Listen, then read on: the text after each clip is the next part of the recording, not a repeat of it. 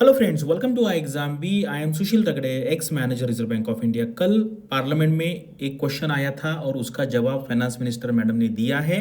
तो यहाँ पर वो क्वेश्चन पूछा था कि पब्लिक सेक्टर बैंक जो है, टोटल 12 पब्लिक सेक्टर बैंक्स में, इसमें टोटल अभी एम्प्लॉयज़ कितने हैं, कितनी सीट वैकेंट है और अभी जो रिक्रूटमेंट चल रहा है उसका स्टेटस क्या है।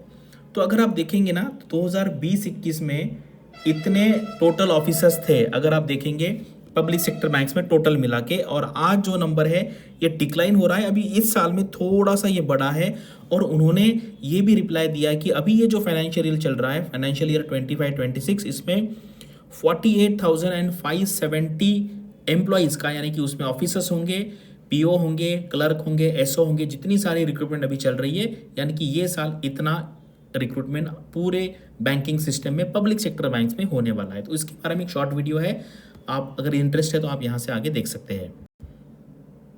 तो अगर आप आरबीआई का प्रिपेयर कर रहे हैं तो आरबीआई, नाबार्ड, सेबी का, तो आप हमारा कोर्स यहाँ पे देख सकते हैं। ये डिस्क्लेमर है और जनरल अवेयरनेस के लिए one of the best source है। खुद पढ़ के देखिए, आपको समझ में आ जाएगा। तो चलो ये देखते हैं। यहाँ पे क्वेश्चन था employ strength of public sector banks, correct. Shri Mallikarjun खड़गे सर ने ये क्वेश्चन पूछा था एंड फाइनेंस मिनिस्टर ने यहाँ पे रिप्लाई दिया है। तो क्या क्या क्वेश्चन थे यहाँ पे कि कितने लोग हैं, लास्ट ईयर में कितने लोगों का रिक्रूटमेंट हुआ है, ये सारा यहाँ पे दिया है। अभी कितनी पोस्ट खाली है, क्या चल रहा है, ये सारा यहाँ पे क्वेश्चन पूछा था। अगले स्लाइड पे हम देखेंगे उसका आंसर क्या है। तो चलो ये है यहाँ पे आंसर, और ये जो मैंने थंबनेल पे दिखाया है, the recruitment of 48,570 employees is underway यानी कि आपको पता है एसबीआई पीओ का नोटिफिकेशन आ चुका है, आईबीपीएस पीओ का नोटिफिकेशन आ चुका है, बाकी नोटिफिकेशंस आने वाले हैं, करेक्ट। और यहाँ पर अगर आप देखेंगे पिछले 5 साल में टोटल 1.48 लाख लोगों का रिक्रूटमेंट यहाँ पे हुआ है। और अगर अदरवाइज अगर आप ये देखेंगे ना, तो आपको यहाँ पर डिक्रीजिंग ट्रेंड ही दिखेगा। देखो, बैंक ऑफ बड़ौदा में काफ़ी नंबर डिक्रीजिंग है, करेक्ट। उसके बाद बैंक ऑफ इंडिया में भी डिक्रीजिंग है, बैंक ऑफ महाराष्ट्र में ये नंबर बढ़ गया है, करेक्ट। उसके बाद कैनरा बैंक में नंबर कम हुआ है, सेंट्रल बैंक में थोड़ा सा बढ़ गया है, इंडियन बैंक में कम है, उसके बाद इंडियन ओवरसीज बैंक में भी कम हुआ है, पंजाब एंड सिंध बैंक में बढ़ा है। तो यहाँ पर अगर आप देखेंगे जो छोटे बैंक है, जैसे बैंक ऑफ महाराष्ट्र एंड हमारा पंजाब एंड सिंध बैंक, यहाँ पर नंबर बढ़ा है। पंजाब नेशनल बैंक में थोड़ा सा बढ़ा है यहाँ पर, correct. State bank of India में अगर आप देखेंगे तो यहाँ पे डिक्रीजिंग ट्रेंड है, यूको बैंक में भी डिक्रीजिंग ट्रेंड है, और यूनियन बैंक ऑफ इंडिया में भी डिक्रीजिंग ट्रेंड। तो ओवरऑल अगर आप नंबर देखेंगे तो यहाँ पे काफ़ी डिक्रीजिंग नंबर आपको दिखाई दे रहा है। और यहाँ पर एक जो बात है ना, ये देखो, यहाँ पे अनप्लैन्ड एग्जिट लिखा है।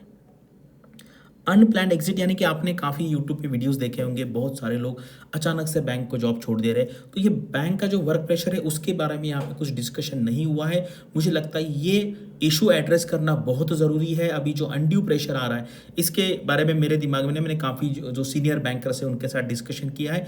मेरे दिमाग में एक प्लान है, मैं उसको यहाँ पे वीडियो के थ्रू बनाना चाहता हूँ। अगर वो मतलब जो पॉलिसी मेकर्स है उनके पास अगर जाता है तो मुझे लगता है इसमें सारे लोगों का विन विन सिचुएशन होगा। काफ़ी डीप मैंने डिस्कशन करने के बाद वो एक प्लान बनाया है। देखते हैं, अगर आपको इंटरेस्ट है जानने में कि पूरे इंडियन बैंकिंग सिस्टम में पब्लिक सेक्टर बैंक में किस तरीके का काम होना चाहिए जिसका फायदा बैंक को भी हो। 3 स्टेक होल्डर है, बैंक को भी हो, यानी कि बैंक यानी कि गवर्नमेंट को भी हो, जो एम्प्लॉयज़ है उनको भी हो, और जो कस्टमर है उनको भी हो। ऐसा विन विन विन वाला सिचुएशन वाला प्लान है। मैं देखता हूँ, अगर टाइम मिलेगा तो मैं उसको डिटेल में मेरे अगले वीडियो में समझाऊँ, करेक्ट। अभी अगर आप देखेंगे तो टोटल एम्प्लॉयज़ थे 7.9 लाख, 7.9 लाख थे, और अभी हुआ है 7.58 लाख। यानी कि अगर आप देखेंगे ये 32K जो है ये एम्प्लॉयज़ कम हुए हैं, करेक्ट। एम्प्लॉयज़ कम हो गए हैं। और आने वाले टाइम में मुझे तो ऐसे लगता है 5 साल में अगर आप देखेंगे, जैसे एआई जा रहा है, एजेंटिक एआई है, एआई एजेंट्स है, जिनको ये पता है क्या मैं क्या बोल रहा हूँ, उनको पता चल जाएगा कि रियली आज के डेट में भी 10% लोगों पे काम हो सकता है। और 5 साल के बाद अगर प्राइवेट प्लेयर्स अगर उसका यूज़ करने लगे तो भाई एम्प्लॉय बहुत कम लगेंगे। और आपको पता है ये क्या है, ये बिजनेस वाला जॉब है। इसमें क्या होता है, बिजनेस करना होता है। अगर आप रेगुलेटरी बॉडी देखेंगे या सेंट्रल गवर्नमेंट की जॉब देखेंगे, वो बिजनेस वाला नहीं होता, तो वहाँ पे प्रेशर उतना नहीं होता है, ठीक है। तो ये है, अभी रिसेंटली ईपीएफओ का रिक्रूटमेंट आया है, आईबी का आया है। अगर आपको प्योर जॉब चाहिए, प्योर गवर्नमेंट जॉब चाहिए, जहाँ पे बिजनेस ना हो, आपके सर के ऊपर कोई प्रेशर ना हो सेल्स करने का, तो उस जॉब में as compare to bank job pressure थोड़ा सा कम होता है। इंश्योरेंस के जॉब भी सेल्स वाले ही जॉब है। इंश्योरेंस वाले जॉब में क्या है, आप बिजनेस कर रहे हैं, बिजनेस यानी कि आप पॉलिसी सेल कर रहे हो, तो वहाँ पे भी प्रेशर रहेगा, वहाँ पे भी टारगेट्स रहेगा। जो रेगुलेटरी बॉडीज होती है और या सेंट्रल गवर्नमेंट की जॉब है, स्टेट गवर्नमेंट के जॉब्स है, वहाँ पे सेलिंग नहीं है क्योंकि वहाँ पे बिजनेस नहीं है। तो इसलिए अलग अलग टाइप के जॉब है, उसके ऊपर में मैं एक वीडियो बनाना चाहता हूँ कि 3-4 टाइप के गवर्नमेंट जॉब होते हैं, आपके नेचर के हिसाब से आपको उस तरीके का जॉब सेलेक्ट करना है। इसके बारे में अगर आपको कुछ डाउट है तो कमेंट सेक्शन में पूछिए। Thanks for watching this video and all the best for your studies and upcoming examinations.